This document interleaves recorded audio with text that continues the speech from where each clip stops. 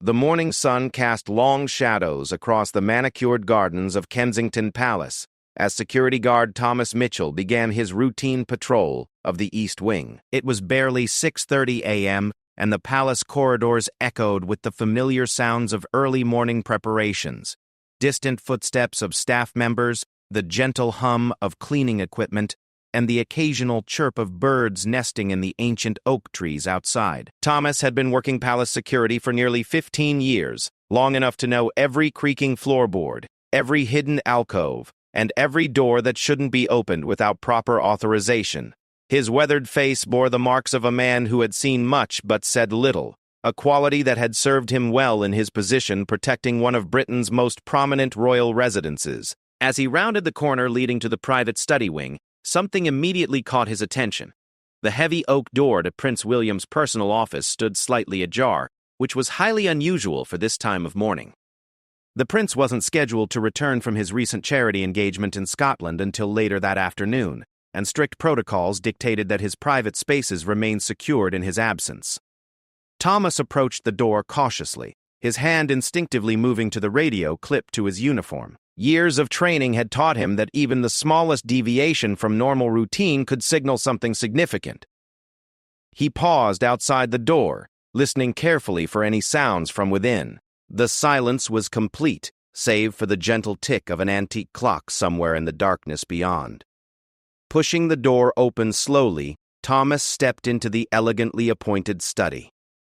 Tall bookshelves lined the walls, filled with leather-bound volumes on history, politics, and environmental science. A massive mahogany desk dominated the center of the room, its surface usually kept meticulously organized, according to the prince's well-known preference for order and efficiency. But something was wrong. Very wrong. The desk, normally pristine, showed clear signs of disturbance. Papers were scattered across its surface in a way that suggested someone had been searching through them hastily. Several drawers had been left partially open, their contents clearly rifled through. A small, antique lamp that typically sat in the corner of the desk had been moved, leaving a clean outline in the thin layer of dust that accumulated despite the staff's best efforts. Thomas's pulse quickened as he surveyed the scene. This wasn't the work of regular cleaning staff, who would never dare disturb the prince's personal workspace without explicit permission and supervision. Nor was it consistent with any maintenance work that might have been scheduled. All such activities were carefully logged and coordinated through the palace's security office. Moving carefully through the room, Thomas noted additional signs of intrusion. The Persian rug beneath the desk had been shifted slightly, as if someone had been searching underneath it. A painting on the far wall, a watercolor of the Welsh countryside that Prince William was particularly fond of, hung at a slight angle, suggesting it might have been moved and hastily repositioned. But it was what Thomas discovered next that made his blood run cold. Behind the desk, partially hidden by the high-backed leather chair, lay a small electronic device that definitely didn't belong there. About the size of a matchbox, it was sleek and black with a tiny blinking red light. Thomas had seen enough security briefings to recognize surveillance equipment when he saw it, and this particular device looked sophisticated and expensive. His hands trembling slightly, Thomas reached for his radio. This discovery elevated the situation from a possible break-in to a potential breach of national security. The private study of a senior royal contained sensitive information about state affairs, charitable foundations with international connections, and personal correspondence that could be damaging if it fell into the wrong hands. "Control, this is Mitchell." He spoke quietly into the radio, his voice steady despite the gravity of the situation.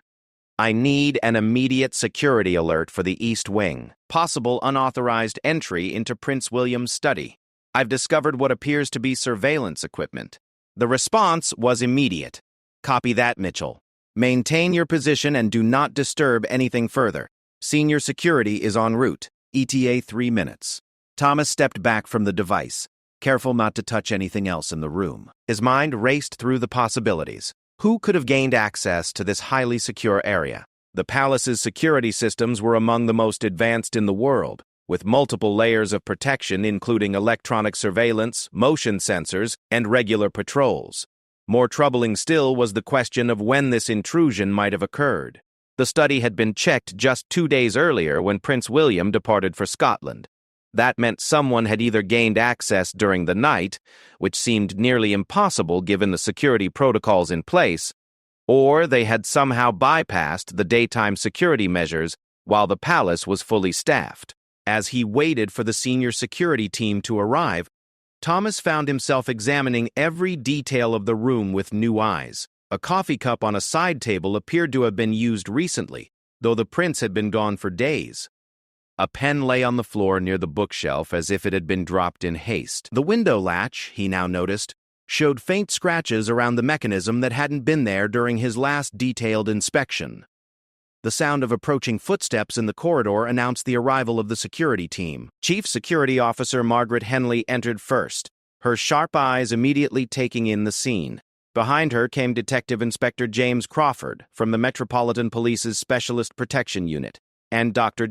Sarah Walsh, the palace's head of electronic security. "Brief me, Thomas," Chief Henley commanded, her voice crisp and professional. Thomas quickly outlined his discovery, pointing out the various signs of disturbance while being careful to avoid contaminating what was clearly now a crime scene.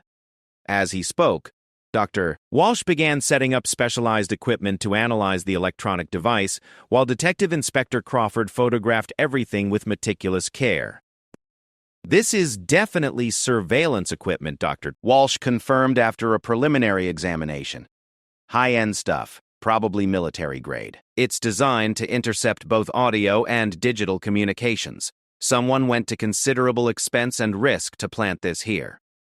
Chief Henley's expression grew increasingly grim as the implications became clear. "We need to expand the search immediately. If they got this far into the prince's private study, there's no telling what else they might have accessed.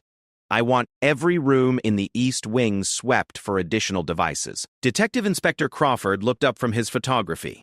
"We'll need to review all security footage for the past 72 hours, interview every staff member who had access to this wing, and run background checks on anyone who might have had opportunity. This level of sophistication suggests we're dealing with professionals." As the investigation team went about their work, Thomas found himself thinking about the larger implications of what they had discovered.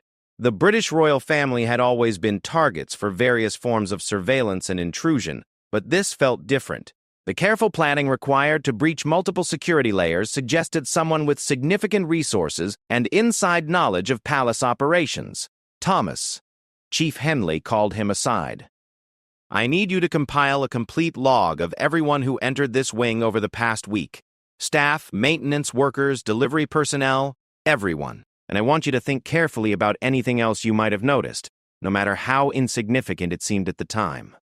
Thomas nodded, his mind already working through the details. There had been the new cleaning service contractor who started work 3 days ago, the telecommunications technician who had supposedly been updating the phone systems, the florist who delivered fresh arrangements twice weekly.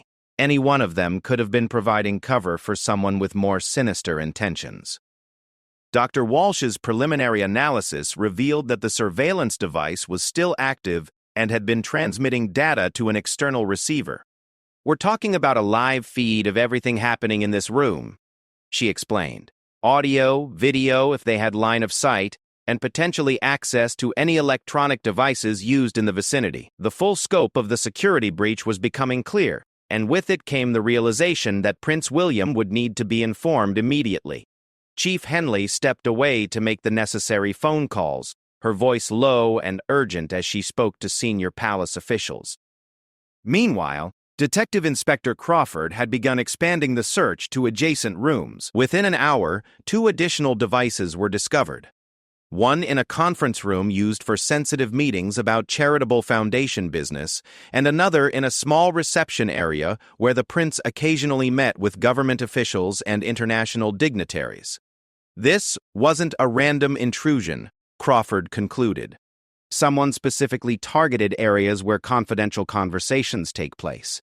They knew exactly where to look and what they were after. As the morning progressed, the investigation team worked with quiet efficiency to document every aspect of the security breach.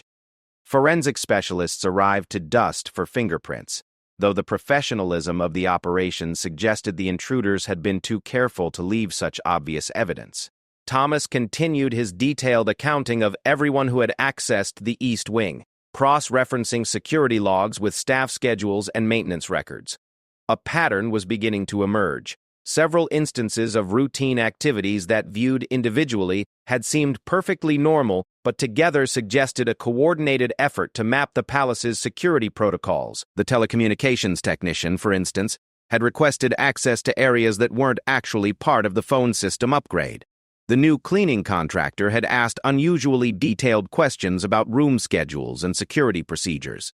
The florist had taken longer than usual to complete deliveries and had been seen in corridors that weren't part of the normal route. By noon, Chief Henley had compiled enough evidence to brief senior palace officials and law enforcement agencies. The scope of the operation suggested state-level resources, the kind of sophisticated surveillance typically associated with foreign intelligence services or highly advanced criminal organizations. "We need to assume that everything discussed in these rooms over the past several days has been compromised," she told the assembled team. "That includes conversations about upcoming royal engagements, security protocols, and potentially sensitive matters of state." The decision was made to expedite Prince William's return from Scotland. His private secretary was contacted with instructions to arrange immediate transportation back to London, though without revealing the specific nature of the security situation. Protocol dictated that such sensitive information be communicated only in person and in a verified, secure location. As afternoon approached, Thomas found himself reflecting on the morning's discoveries. In 15 years of palace security, he had dealt with protesters, overzealous tourists, and the occasional mentally unstable individual attempting to breach the palace grounds. But this was different. A calculated professional operation that had come frighteningly close to compromising the safety and privacy of one of Britain's most senior royals. The investigation was expanding beyond the palace walls as law enforcement agencies began the complex task of tracing the surveillance equipment to its source. Initial analysis suggested the devices were of foreign manufacture, possibly modified with custom firmware that would make them difficult to trace through normal channels. Walsh's team had managed to isolate the transmission frequency and were attempting to locate the receiving equipment. "They're not broadcasting very far," she reported. "The signal strength suggests the receiving station is within a few miles of the palace. We might be able to triangulate the location if we can maintain the connection." But even as the technical investigation proceeded, larger questions remained unanswered. Who had ordered this surveillance operation? What information were they seeking? And most concerning of all, was this an isolated incident or part of a broader campaign targeting the royal family? Thomas knew that Prince William's reaction to this news would be intense. The prince was known for his strong sense of duty and his fierce protection of his family's privacy. The violation of his personal workspace and the potential compromise of sensitive information would be seen not just as an attack on him personally, but on the institution of the monarchy itself. As the day wore on, additional security measures were being implemented throughout the palace. Electronic sweeps were expanded to include all royal residences. New protocols were established for contractor access, and background checks were initiated for anyone who had been granted entry to secure areas in recent weeks. The investigation had transformed from a routine security incident into a matter of national importance, with implications that extended far beyond the walls of Kensington Palace. And at the center of it all was the discovery that Thomas had made during what should have been a routine morning patrol. A discovery that would soon trigger an explosive confrontation when Prince William learned the full extent of the violation of his privacy and security. The helicopter carrying Prince William touched down at Kensington Palace at exactly 4:47 p.m., cutting short what was supposed to be a 3-day engagement in the Scottish Highlands. The prince's private secretary, Jonathan Hartwell, had managed the delicate task of extracting him from his scheduled commitments without revealing the true reason for the urgent return to London. As the aircraft's rotors wound down, Prince William emerged looking puzzled, but not yet alarmed. He had been told only that urgent palace business required his immediate attention, a phrase that could cover anything from family matters to pressing charitable foundation issues. His casual attire of hiking boots and outdoor jacket spoke to the abrupt nature of his departure from the environmental conservation project he had been visiting. Chief Security Officer Margaret Henley waited on the landing pad, her expression carefully neutral despite the gravity of what she needed to communicate. Behind her stood Detective Inspector Crawford and Dr. Packno. Sarah Walsh, their presence indicating that this was far more serious than routine palace administration. "Your Royal Highness," Henley greeted him formally. "Thank you for returning so quickly. We have a situation that requires your immediate attention, and I'm afraid it's quite serious." Prince William's expression shifted from mild curiosity to focused concern. Years of royal duties had trained him to read the subtle cues that distinguished genuine emergencies from routine disruptions. The presence of law enforcement and the security chief's demeanor told him this was definitely the former. "What's happened?" he asked directly, his voice steady but urgent. "Perhaps we could continue this conversation in the secure briefing room, sir," Henley suggested. "There are details that shouldn't be discussed in the open." The small group moved quickly through the palace corridors, past staff members who stepped aside respectfully, but whose curious glances betrayed their awareness that something unusual was unfolding. Prince William acknowledged them with brief nods while his mind raced through possibilities. Had there been a threat to his family? Issues with upcoming state functions? Problems with one of his charitable organizations? The secure briefing room in the palace's administrative wing was designed for sensitive conversations. Electronic jammers prevented eavesdropping, and thick walls ensured privacy. As they settled around the polished conference table, Prince William's patience with the formal protocols was clearly wearing thin. "Margaret, please tell me what this is about," he said, his tone indicating he expected straight answers without diplomatic cushioning. Chief Henley took a breath before beginning. "Sir, this morning at approximately 6:30 a.m., Guard Thomas Mitchell discovered evidence of unauthorized entry into your private study.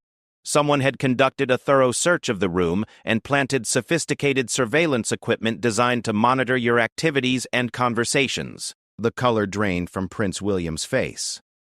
For a moment, he sat in complete silence, processing the implications of what he had just heard. His private study wasn't just an office. It was where he handled the most sensitive aspects of his royal duties, where he spoke with government officials about matters of state, where he reviewed confidential information about his charitable foundation's international work.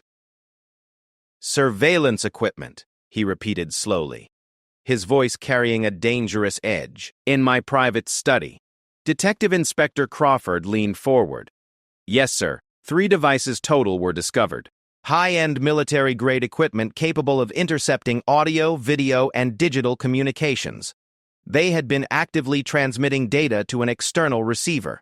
Prince William stood abruptly, his chair scraping against the floor. 3 devices? How long had they been there? What did they record? Walsh consulted her tablet before responding. "Based on our technical analysis, the devices were installed sometime in the past 72 hours. They captured audio from at least 6 separate phone conversations, including your call with the Prime Minister's office regarding the upcoming Commonwealth Summit, and your discussion with the Foundation's legal team about the new wildlife preservation initiative."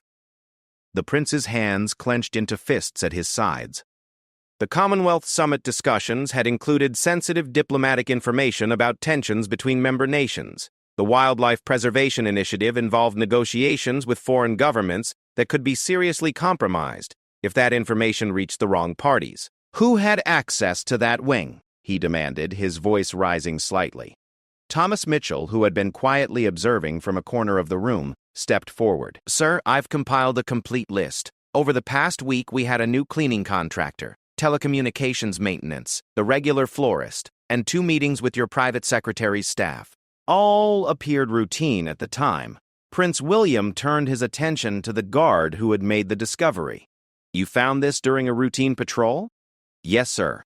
The door to your study was ajar, which immediately seemed wrong given the security protocols. When I investigated, I found clear signs that someone had been searching through your desk and personal papers." "Searching through my personal papers." The phrase came out as a statement rather than a question, loaded with barely controlled fury. Chief Henley continued the briefing. "We've initiated a full investigation, sir. Background checks on everyone who had access, analysis of all security footage, and we're working with MI5 to determine if this was a foreign intelligence operation or domestic criminal activity." "Foreign intelligence."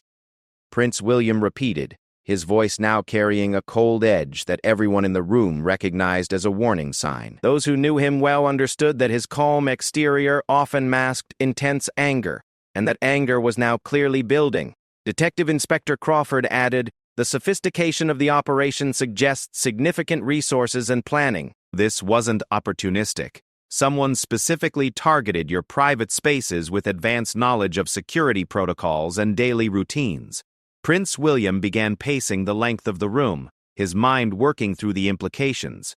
"My conversations with heads of state, discussions about family security, private matters involving my children. How much of that was compromised?" Dr. Walsh checked her analysis again. "We're still working through the data, sir, but potentially all conversations that took place in those rooms over the past 3 days. The devices were positioned to capture everything." The prince stopped pacing and turned to face the assembled team. His expression had transformed from concern to barely contained rage. 3 days of my private conversations, my discussions with Catherine about the children's schooling, my call with my father about family matters. Everything. "Yes, sir," Chief Henley confirmed quietly. Prince William's voice, when he spoke again, was dangerously quiet. "And how exactly did multiple people manage to breach security at Kensington Palace, plant sophisticated surveillance equipment in my private study, and apparently walk out without anyone noticing until a routine patrol discovered it by accident?" The question hung in the air like an accusation. Everyone in the room understood that this represented a massive failure of the security systems designed to protect the royal family, and that someone would be held accountable. Thomas Mitchell cleared his throat. "Sir, if I may. The individuals involved appeared to be conducting legitimate business. They had proper identification, work orders that checked out, and they followed established protocols for contractor access. It was only in retrospect that the pattern became clear." "Proper identification," the prince repeated sarcastically. "Work orders that checked out, and yet somehow these people with their proper credentials managed to plant military-grade surveillance equipment in the most secure areas of the palace." Chief Henley felt the full weight of responsibility. "Sir, we're conducting a complete review of all security protocols. It appears we're dealing with individuals who had detailed inside knowledge of our procedures." Prince William turned sharply toward her. "Inside knowledge? Are you telling me that someone within the palace staff was involved in this operation? We can't rule it out, sir. The level of access required and the detailed knowledge of routines suggests either inside assistance or extremely thorough reconnaissance over an extended period." The prince's composure finally cracked. "Extremely thorough reconnaissance," he said, his voice rising. "Someone has been watching my family, studying our routines, learning our security procedures, and you're telling me no one noticed this happening?" Detective Inspector Crawford attempted to provide some context. "Sir, professional intelligence operations are designed to be undetectable. The individuals involved would have been highly trained in avoiding detection while gathering information." "Professional intelligence operations," Prince William shot back. "Against my family, against my children. And our security was so inadequate that they succeeded completely." The room fell silent as the full implications of his words settled over everyone present. This wasn't just about compromised conversations or breached security protocols. It was about the safety of his wife and children, and the violation of the most private aspects of their family life. Thomas Mitchell spoke up again. "Sir, if it helps, the discovery was made quickly, and we've isolated all the equipment. We're confident that we've found everything, and the transmission was cut off as soon as we discovered the devices." Prince William looked at him with slightly less hostility. "How confident?" Walsh responded.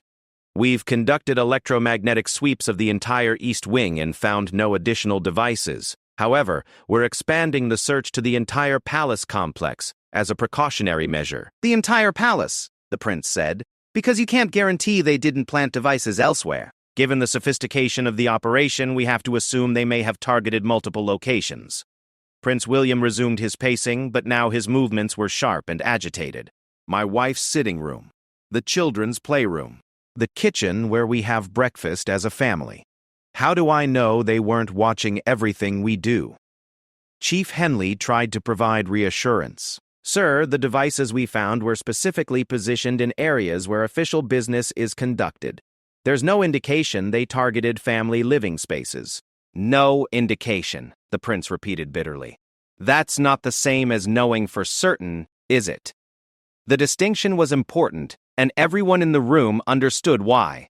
The difference between having official conversations monitored versus having intimate family moments violated would affect how the prince and his family could continue living in what should be their secure private residence.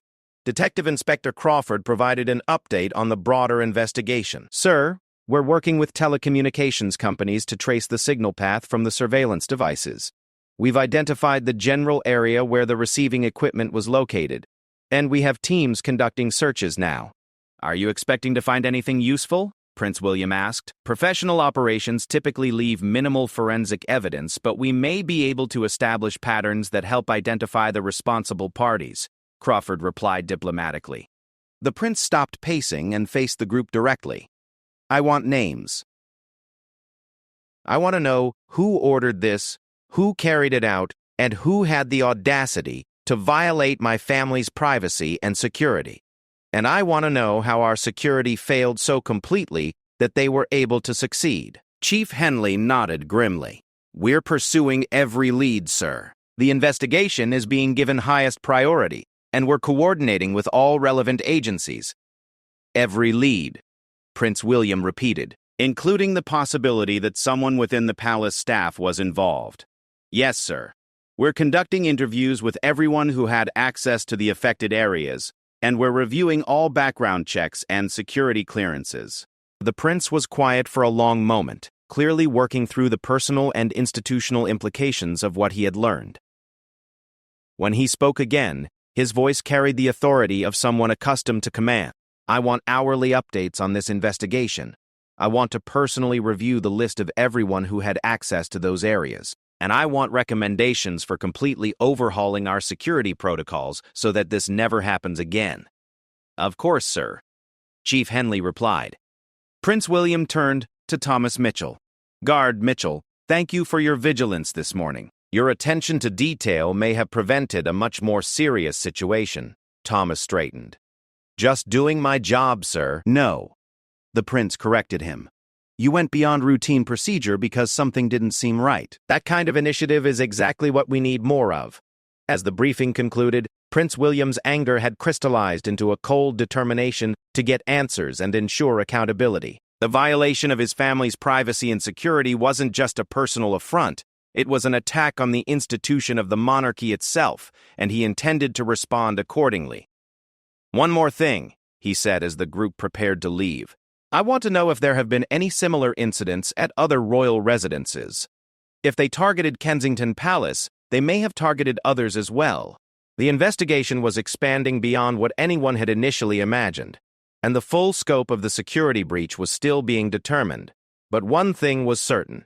Prince William's explosive reaction to the discovery was just the beginning of what promised to be a comprehensive and potentially embarrassing examination of royal security procedures. The emergency security meeting, convened at 8:30 p.m. in the palace's most secure conference room, brought together the highest levels of royal protection and law enforcement. Prince William entered with an expression that caused even veteran security officials to straighten in their chairs. The past 4 hours of investigation had revealed details that transformed his initial anger into something far more dangerous: cold, calculated fury. Senior Palace Security Director Sir Richard Blackwell had been summoned from his country estate. Metropolitan Police Assistant Commissioner Diana Morrison had cut short a diplomatic dinner. And representatives from MI5's Protective Intelligence Unit had arrived with classified briefing materials that painted an even more disturbing picture of the security breach. Before anyone says anything, Prince William began, his voice carrying the authority that came from years of military service and royal responsibility, I want to make something absolutely clear. What happened in my study was not just a violation of privacy. It was an attack on the security of my family and the integrity of the crown, and I will not accept explanations that minimize the severity of this situation. Sir Richard Blackwell, a man who had overseen royal security for over 2 decades, shifted uncomfortably in his seat. Your Royal Highness, we understand the gravity of the situation, and I want to assure you that we're treating this with the utmost seriousness. Prince William's gaze fixed on him with laser intensity. "The utmost seriousness," he repeated slowly. "Richard, someone planted military-grade surveillance equipment in my private study. They recorded my conversations with heads of state, my discussions about family matters, and my coordination with intelligence services about threats to the Commonwealth. Tell me exactly what part of that situation suggests your current security protocols are adequate." The question was delivered with such controlled precision that it was more intimidating than shouting would have been. Everyone in the room recognized that they were witnessing Prince William's military training in action. The ability to maintain absolute control while delivering devastating criticism. Assistant Commissioner Morrison attempted to provide context. "Sir, the investigation has revealed that we're dealing with a highly sophisticated operation. The individuals involved had access to detailed intelligence about palace routines, security protocols, and staff schedules that suggests months of preparation." "Months of preparation," the prince said, his tone becoming increasingly dangerous. "You're telling me that foreign agents spent months studying my family's routines and security arrangements, and no one in your organizations noticed this happening?" MI5 Representative David Carlisle leaned forward with his classified briefing folder. "Your Royal Highness, we've identified the surveillance equipment as belonging to a series recently linked to operations targeting European government officials. This appears to be part of a broader intelligence campaign rather than an isolated incident focused specifically on the royal family." Prince William's response was immediate and cutting. "David, I don't care if they're targeting every government official in Europe. My concern is that they succeeded in targeting my family, and apparently did so with remarkable ease." The prince stood and began moving around the room, his presence commanding everyone's attention.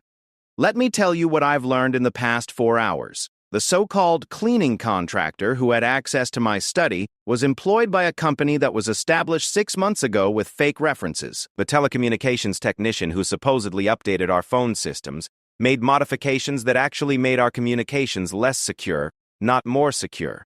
And the florist who has been delivering arrangements to the East Wing for the past month has been photographing room layouts and security camera positions. Each revelation was delivered with increasing intensity, and the senior officials found themselves unable to meet his gaze directly.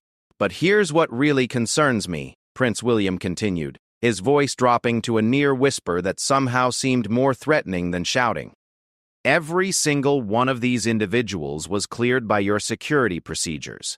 They had identification that passed your background checks. They followed protocols that your departments approved, which means that either your security is so inadequate that it's essentially useless, or someone within your organizations has been providing assistance to hostile intelligence services." The accusation hung in the air like a physical presence. Sir Richard Blackwell attempted to respond, but Prince William cut him off with a gesture. "I'm not finished," the prince said coldly. "The investigation has also revealed that similar surveillance equipment was found at Clarence House, where my father conducts sensitive business. Additional devices were discovered at the offices used by my charitable foundations, which handle confidential information about international conservation efforts and humanitarian work. This wasn't a targeted operation against me personally. This was a comprehensive assault on multiple aspects of the royal family's official and private activities."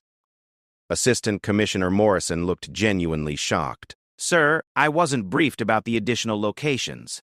"Because," Prince William replied with dangerous calm, "the investigation is revealing new compromises every hour, which raises the question of how many other locations have been penetrated that we haven't discovered yet." The prince returned to his seat, but remained perched on the edge, ready to spring into action. "Now I want answers. Not explanations about how sophisticated the enemy was. Not excuses about unprecedented threats. I want to know who is responsible for these failures, and what you're going to do to ensure this never happens again." Sir Richard Blackwell cleared his throat carefully. "Your Royal Highness, we've initiated a complete review of all security protocols. We're conducting polygraph examinations of everyone with high-level access, and we're implementing new verification procedures for all contractors and service providers." Prince William's response was immediate and scathing. "Polygraph examinations and new procedures," he said mockingly. Richard, those are reactive measures. I want to know what proactive steps you're taking to identify and neutralize the threat before it can strike again. David Carlisle from MI5 opened his classified folder. Sir, we've identified the surveillance operation as originating from a state-level intelligence service, most likely working in coordination with organized criminal elements to provide operational cover. We're working with international partners to trace the command structure and identify the specific objectives of the intelligence gathering. State-level intelligence service, Prince William repeated. You're telling me that a foreign government has been spying on my family, and your response is to work with international partners to study the situation? The prince's military training was becoming more apparent as his anger crystallized into strategic thinking. Here's what I want to happen immediately. First, every contractor currently working at any royal residence is suspended pending complete re-verification of their credentials and background. Second, all electronic systems in royal residences are to be completely replaced with new equipment that hasn't been potentially compromised. Third, I want a comprehensive security assessment of every location regularly used by members of the royal family, conducted by outside specialists who haven't been involved in the current failures. Chief Security Officer Henley had been taking notes throughout the confrontation. Sir, implementing those measures will require significant resources and will disrupt normal operations for several weeks. Prince William turned toward her with an expression that could have frozen water. Margaret, normal operations have already been disrupted. The question is whether we're going to respond to this attack with decisive action, or whether we're going to continue pretending that minor adjustments to failed procedures will somehow make my family safe. The rebuke was delivered with such authority that Henley immediately nodded in agreement. Detective Inspector Crawford, who had been quietly observing the confrontation, spoke up. Your Royal Highness, we've made some progress in tracing the surveillance equipment. We've identified the receiving station and recovered significant amounts of transmitted data. We should be able to determine exactly what information was compromised. For the first time since entering the room, Prince William showed a flicker of something other than anger. What kind of information? Crawford consulted his notes. Audio recordings of 12 phone conversations over the past 3 days, including your discussions with the Prime Minister's office about Commonwealth security arrangements, your coordination with the Foreign Office about the upcoming state visit, and your conversations with Foundation staff about the new wildlife preservation initiatives in Africa. The prince absorbed this information with visible effort to maintain his composure.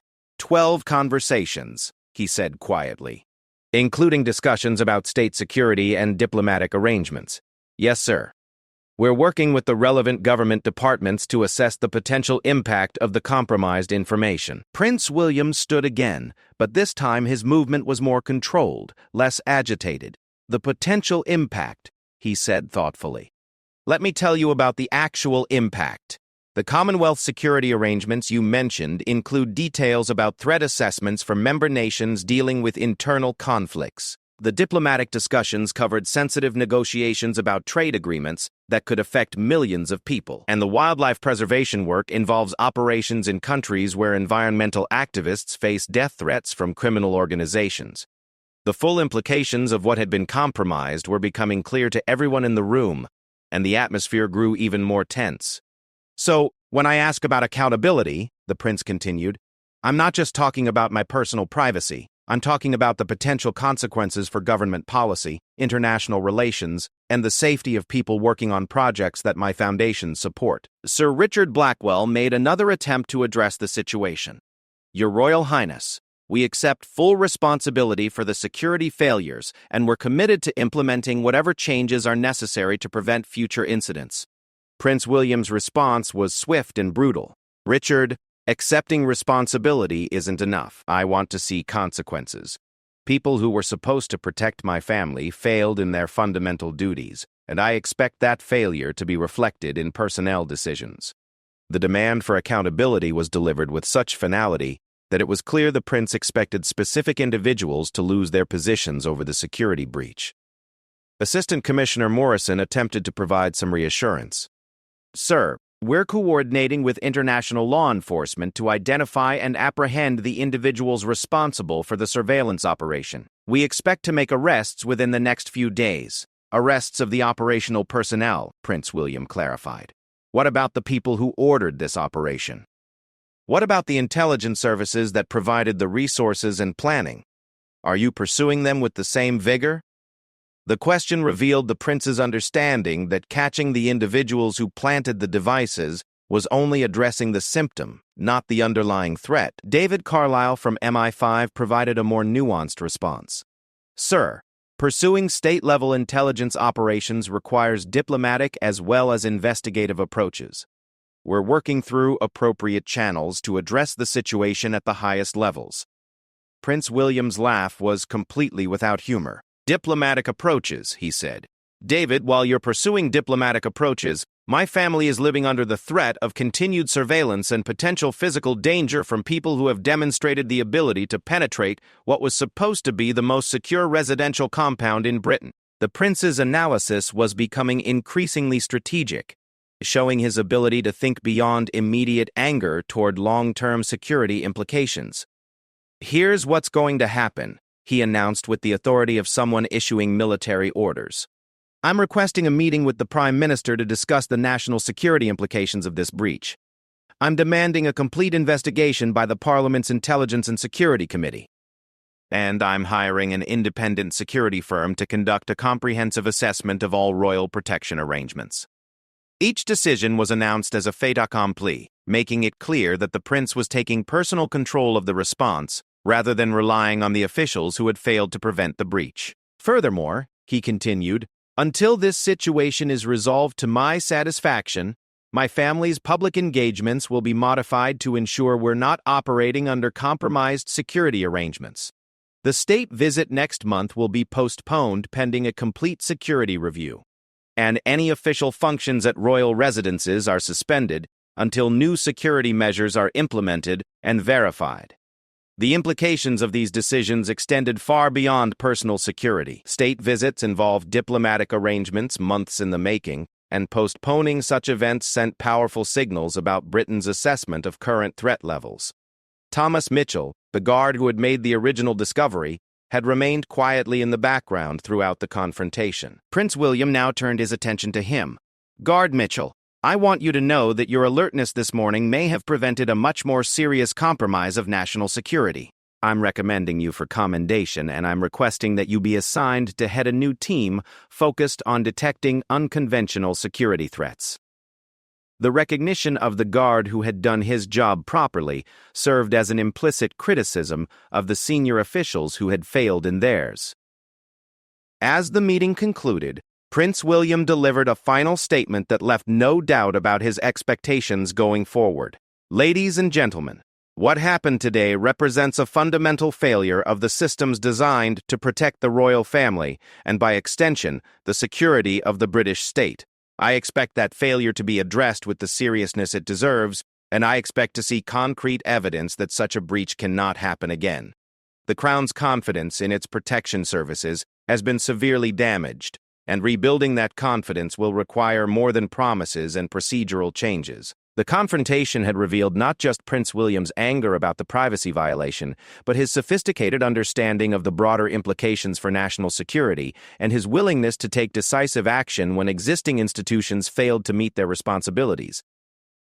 The explosive reaction that had begun with the discovery of surveillance equipment had evolved into a comprehensive challenge to the effectiveness of Britain's royal protection services.